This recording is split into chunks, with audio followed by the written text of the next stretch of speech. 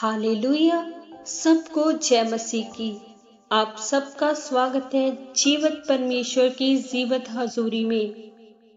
आज हम परमेश्वर के पवित्र वचन में से जानेंगे कि भेद किस पर जाहिर होते हैं।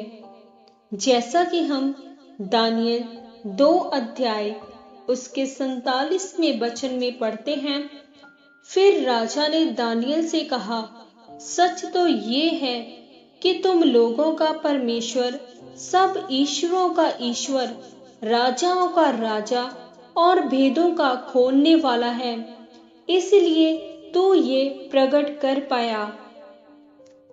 मेरे प्रियो, परमेश्वर आज भी अपने नबियों पर, अपने लोगों पर अपने भेदों को जाहिर करता है, लेकिन परमेश्वर अपने भेद उसी पर जाहिर करता है जो उसके साथ वफादारी और पवित्रताई के साथ चलता है और जिसका परमेश्वर के साथ मजबूत संबंध होता है।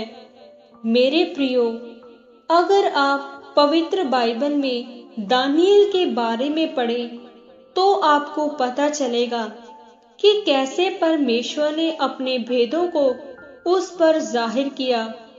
मेरे प्रियो, आप जानते हैं कि दानियल दिन में 3 बार प्रार्थना करने वाला व्यक्ति था।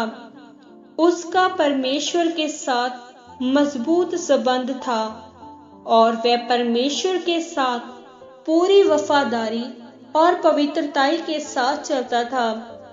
इसीलिए जब राजा नबूकदनेस्सर के सपने का अर्थ कोई न बता पाया तो राजा ने दानियल को बुलाकर पूछा और दानियल ने राजा के सपने का अर्थ फल समेत बता दिया।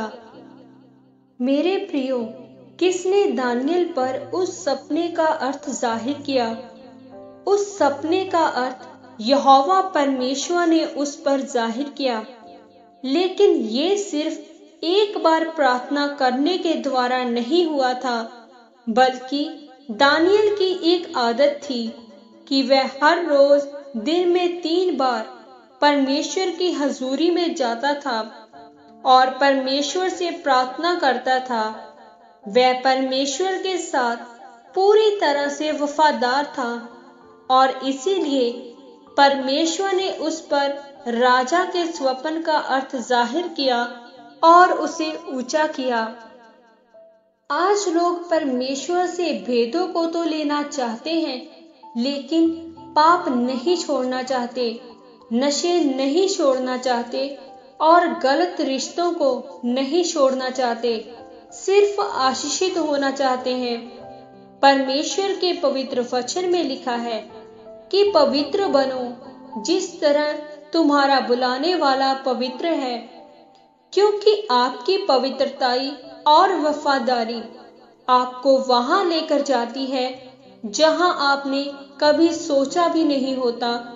और जब आप लगातार ऐसे ही पवित्रताई में, वफादारी में, प्रार्थना के साथ परमेश्वर में बढ़ते रहते हैं, तो परमेश्वर एक दिन अपने नबियों के द्वारा, सपनों के द्वारा आपसे बात करता है और आपको ऊंचा करता है। इसीलिए मेरे प्रियो, अगर आप चाहते हैं कि परमेश्वर आपसे बात करे, तो आज ही अपने पापों को छोड़कर परमेश्वर के सामने माफी मांगे और दानियल की तरह परमेश्वर के वचनों पर चले। तब परमेश्वर आप पर भी अपने भेदों को जाहिर करेगा, आपसे बात करेगा और आपको ऊंचा और आशीषित करेगा। आमीन। ये अंगीकार आप मेरे साथ करें।